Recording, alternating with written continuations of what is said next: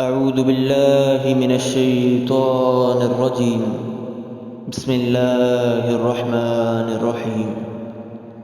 ومن يطع الله والرسول فأولئك مع الذين أنعم الله عليهم من